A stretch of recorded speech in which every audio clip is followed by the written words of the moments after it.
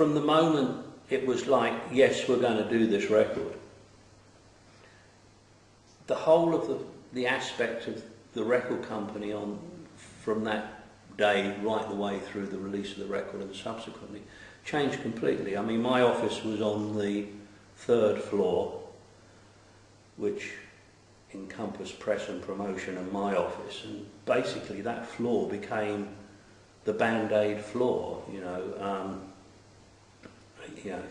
it was just like Bob said, they're all sort of working for me now, sort of thing. It was like, you know, the phones were going, people were sitting in corners, phones ringing, you know, it was just a melee of things going on, and just Bob was just playing off the cuff for everything, convincing people, you know, they've got to be on the record, and then it was like, okay, TP, get on the phone to HMV, they've got to stop the record, they've got to do this, they've got to do that, you know. And I'd be halfway through this conversation with, say, a Brian McLaughlin or something, and Geldof would rip the phone out of my hand, and he'd start effing and blinding down the phone.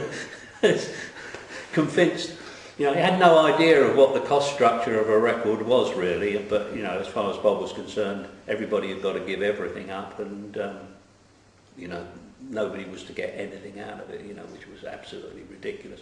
A ridiculous thought at the time.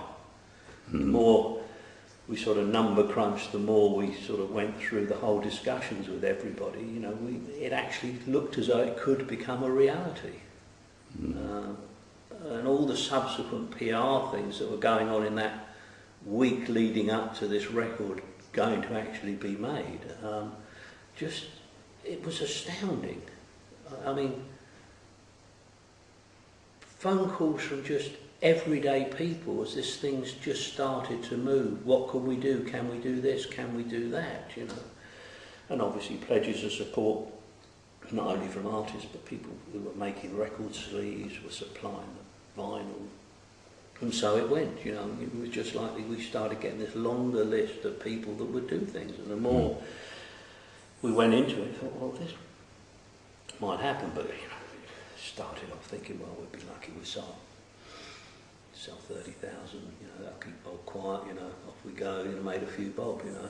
He was having none of that, you know, after it was sort of like, no, we're going to do 100,000. I think, oh yeah. Yeah, sort of, and so it just went on. And, what was it like on the day of recording the record? Did you think everybody was going to turn up and behave? Yeah, I think everybody was under orders really from Bob.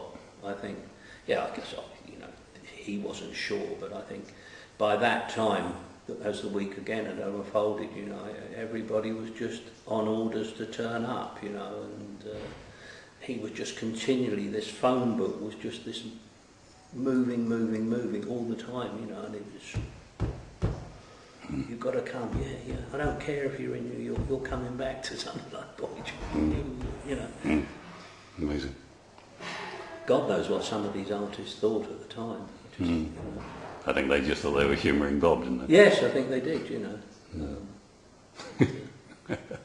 Just thought, like me, enough.